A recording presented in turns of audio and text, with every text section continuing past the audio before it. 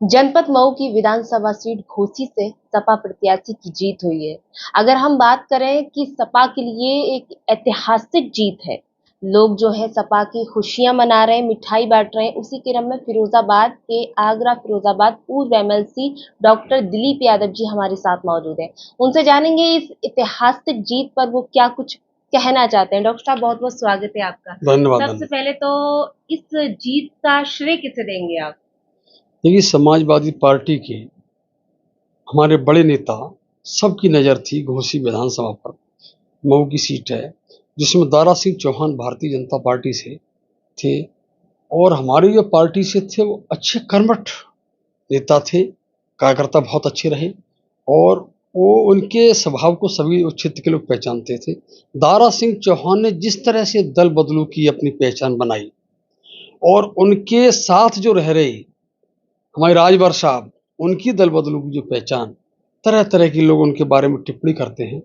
मैं कहना चाहता हूँ, समाजवादी पार्टी कार्यकर्ताओं की पार्टी है और नीचे से बेस से चलती है। छोटे छोटे नेताओं को सम्मान देने का काम करती है और रणनीति उसकी अपनी साफ है, सबकी नज़र में है। सत्ता जब होती है तो हर एक व्यक्ति का काम करना, समाज के हर व्यक्ति को ऊपर उठाने का प्रयास करना, शिक्षा और स्वास्थ्य पर बहुत चढ़ बढ़ के हिस्सा लेना, काम करना, ये सारी चीज़ डुप्लीकेसी नहीं है। भारतीय जनता पार्टी दो तरह के अपने विचार रखती है और शकल देख कर के विचार अपने बदलती रहती है। ये समाजवादी पार्टी का न कभी रहा है न है। समाजवादी पार्टी पर कार्यकर्ता भी जबरदस्त विश्वास करता है, पूर्ण भरोसा करता है। आज भी जो कार्यकर्ता जुड़ा है उसे पूरा भरोसा है कि यदि कोई समस्या आएगी तो समाजवादी पार्टी हर कार्यकर्ता का पूरी तरह साथ देगी। और जिस तरह से हमारे बड़े नेता वहाँ पूरी कैंपेनिंग में लगे रहे, माननीय प्रोफेसर साहब, माननीय शिवपाल जी, माननीय राष्ट्रीय अध्यक्ष जी, ये सब लोग लगे रहे और शिवपाल जी ने जब से पार्टी में सहयोग किया है कार्यकर्ताओं में और उत्साह बढ़ा है, क्योंकि हर जिले में कहीं न कहीं कुछ कार्यकर्ता उनसे अच्छे जुड़े थे और वो नेताजी के साथ उन्होंने काफ़ी मेहनत करके अपना एक स्थान, अपना एक मैसेज छोड़ने का काम किया था। इसीलिए जो कार्यकर्ता कहीं-कहीं ऐसे नाराज़गी होती थी, वो भी एक ख़त्म हो गई। तो वो उनकी वजह से एक बहुत बड़ा प्लस पॉइंट बना वहाँ पर। तो हमारा कहना ये है कि राजनीति साफ है, चेहरा साफ है, दामन साफ है, विचार साफ हैं।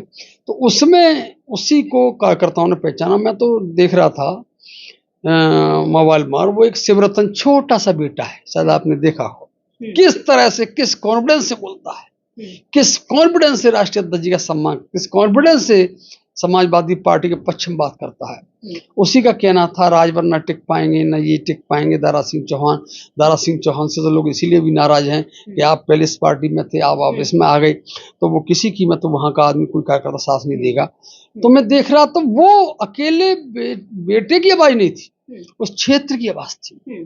उस क्षेत्र की आवाज में किसी भी तरह से कहीं कोई वहाँ कार्यकर्ताओं ने इनकी नहीं सुनी, इनकी नीति को नहीं माना, इनकी सिस्टम को नहीं माना।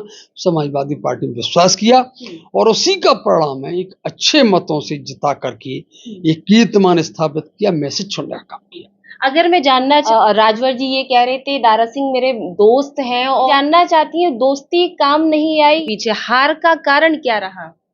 देखिए, मैं तो ये कहना चाहूँगा, हार का कारण वो जो जनता ने नकारा इनको, इनके सिस्टम को, इनके विचारों को नकारा। पहली तो भारतीय जनता पार्टी जो वायदे करती है चुनाव से पहले और चुनाव के बाद, उसको पूरी तरह से करना नहीं चाहती है। और इसके साथ साथ दारा सिंह चौहान ने जिस तरह से अपनी छाप छोड़ी, अपनी इमेज बनाई, हमें लगा राजभर की भी इसी तरह से, राजभर की लोग टिप्पणी चलाते थे कि जब ये समाजवादी पार्टी में थे तो बीजेपी के लिए किस तरह से बात करते थे, कैसी कटाक्ष करते थे, कैसे गलत शब्दों का प्रयोग करते थे। उसी तरह से अब बीजेपी में शामिल हो गए तो लोग वो कट पेस्ट करके दिखाते थे कैसे क्या कह रहे थे, अब वो समाजवादी पार्टी के लिए कह रहे। तो कभी भी एक राजनीतिक व्यक्ति को, अच्छे पॉलिटिशियन को इस तरह के तीखे जवाब जनता के सामने नहीं देने चाहिए, तीखा नहीं बोलना चाहिए। हाँ, जनता में आप अपनी बात कहें, जनता उसको स्वीकारेगी तो जनता आपको वोट देगी, जनता नहीं स्वीकारेगी तो वोट नहीं देगी।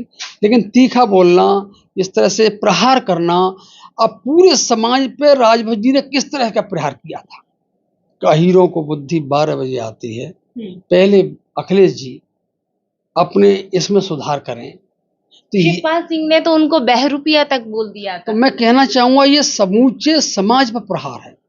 जिस यादव समाज में यदकुल हमारे सभी पूरा देश और विदेश के लोग भी मानते हैं भगवान श्री कृष्ण को, यदकुल शिरोमणि हैं हमारे श्री, ये सब कुछ हैं, वो यादव समाज में जन्म लिया, पैदा हुए, उनका शरीर यादव समाज का था।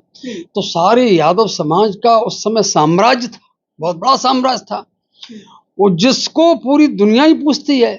विदेशी लोग वृंदावन में पूजा पाठ अर्चना करते हैं, मथुरा पूजा अर्चना करते हैं, उस समाज पे आप इस तरह से टिप्पणी कर रहे हैं। समाज का कोई व्यक्ति गलत हो सकता है, पूरा समाज के 12 बजे बुद्धि आती है, 12 बजे कल आई उसके बात करें, इस तरह का कहना बहुत गलत है। कारगिल में ये शहीद हुए योगेंद्र, सबसे टॉप उनने काम किया, बहुत महत्वपूर्ण काम किया, देश के लिए काम किया। यादवों का हमेशा इतिहास उज्जवल रहा है, हमेशा यादवों ने चुनौतीपूर्ण काम, देश की सुरक्षा, राष्ट्र की सुरक्षा करने का बड़ा काम किया है।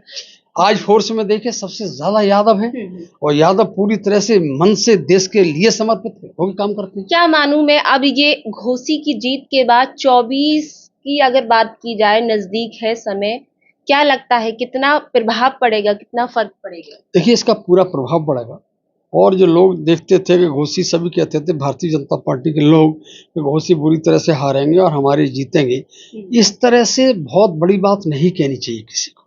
जनता ने उसका करारा जवाब दे दिया। अभी मैं तो ये कहना चाहता हूँ 2-4 हजार से जीत रहे होते, हो सकता है कुछ लोग हराने का काम कर देते, लेकिन जनता ने इतना बड़ा प्यार दिया, जनता ने इतना बड़ा सम्मान दिया, जनता ने इतना बड़ा झटका दिया, और जनता ने इतना बड़ा जवाब देकर ये दिखा दिया कि भाई जो लोकप्रिय लोग हैं, जनता का काम करते हैं, जनता के बीच रहते हैं, अपनी बात जो चेहरे पे है वही काम करते हैं, दिखावा कुछ और है, कहना कुछ और है, ये समाजवादी पार्टी के अंदर नहीं है। इसकी जीत, घोसी विधानसभा की जीत के बाद हमें विश्वास है कि जनता पूरी तरह से आगामी चुनाव में समाजवादी पार्टी के पक्ष में वोट देगी, और आगे जो गठबंधन हुआ है उस गठबंधन की पूरी मजबूती को जनता पूरा स्वीकार रही है, और जनता उसके पक्ष में वोट देगी। मुझे लगता है हर हालत में समाजवादी पार्टी आगे, भविष्य अच्छा है।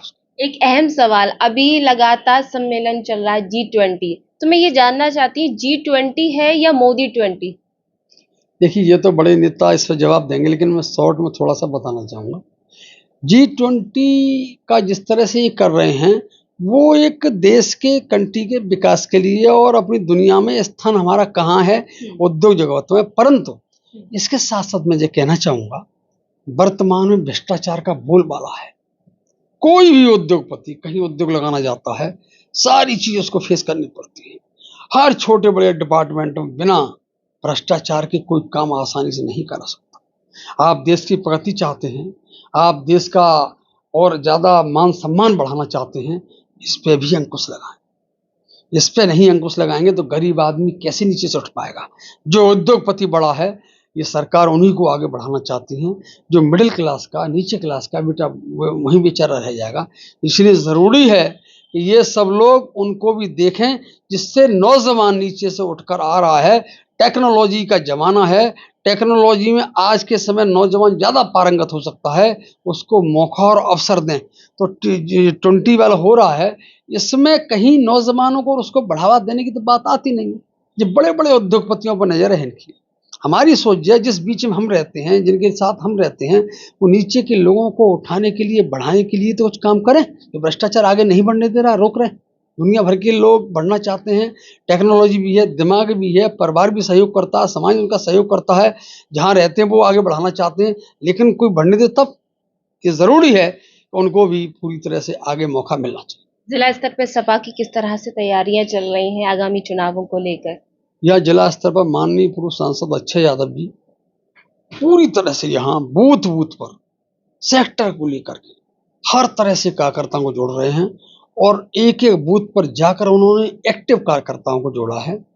और एक्टिव कार्यकर्ताओं के यह भी प्रशिक्षण माननीय राष्ट्रीय अध्यक्ष अखिलेश जी आए थे, माननीय प्रोफेसर साहब थे, माननीय शिवपाल जी थे, माननीय अक्षय जी ने भी अच्छा बोला। ये सब लोगों ने प्रशिक्षण शिविर में कार्यकर्ताओं को प्रशिक्षण दे करके एक मनोबल बढ़ाने का, उत्साह बढ़ाने का ये काम किया। मुझे लगता है एक एक कार्यकर्ता हर बूथ पर बहुत अच्छी तरह से मुस्तैद है, जो अपनी समाजवादी पार्टी के पक्ष में सपा से जुड़े हुए लोगों के सब वोट डलवाने का काम करेगा। और बहुत उत्साहित है, और घोसी के बाद और ज़्यादा उसमें उत्साह पैदा हो गया है। यहाँ की कमान माननीय पूर्व सांसद अक्षय यादव जी संभाल रहे हैं। मुझे लगता है बखूबी जिम्मेदारी से पार्टी के कार्यकर्ताओं को साथ लेकर चल रहे हैं, और यहाँ हम लोग अच्छे वोटों से उनको जिताने का भी काम करेंगे। बिल्कुल, बहुत बहुत शुक्रिया। तो ये हमारे साथ पूर्व एमएलसी डॉक्टर दिलीप यादव जी थे। कहीं ना कहीं घोसी की जीत के बाद फिरोजाबाद में जिस तरह से कार्यकर्ताओं में खुशी है और एक ताकत, एक बल मिला है, वो भी उन्होंने हमें बताया। आगामी चुनाव की तैयारी किस तरह से चल रही है, उस पर भी चर्चा की गई। देखते रहें आरके टीवी। नमस्कार। जनपद में शिक्षा के नए आयाम खोल गौरवान्वित करा रहा है एफएस विश्वविद्यालय शुकोहाबाद। उद्देश्य व्यावसायिक पाठ्यक्रम, आवश्यक शिक्षा, अनुकूल माहौल, नियामक प्राधिकरण द्वारा मान्यता प्राप्त व्यक्तिगत विकास और इंडस्ट्रियल ट्रेनिंग। विश्वविद्यालय की पहली प्राथमिकता। बहुराष्ट्रीय कंपनियों ने प्लेसमेंट ड्राइव के लिए बनाए अपना मुख्य केंद्र। किताबी ज्ञान के साथ प्रैक्टिकल इंडस्ट्रियल ट्रेनिंग देने पर पूरा जोर। यूनिवर्सिटी कई राष्ट्रीय अवार्डों से सम्मानित। हमारे यहाँ कई regular courses BA, MA, BSc, MSc, BCom, MCom, BBA, MBA, MSc, polytechnic, BEd, MEd, DElEd, BSc nursing, GNM, ANM, D pharma, B pharma, PhD, LLB, LLM, BLLM, NCC training इत्यादि कोर्स कराए जाते हैं। विश्वविद्यालय की विशेषताएं, हमारे यहाँ अनुभवी अध्यापक, स्कॉलरशिप के साथ smart classroom, hostel, online admission, wifi, computer class, science lab, modern books library, सांस्कृतिक, खेलकूद, प्लेसमेंट कैंपस इत्यादि। हमारा पता निकट बालाजी मंदिर, शुकोहाबाद, फिरोजाबाद। प्रवेश के लिए शीघ्र संपर्क करें।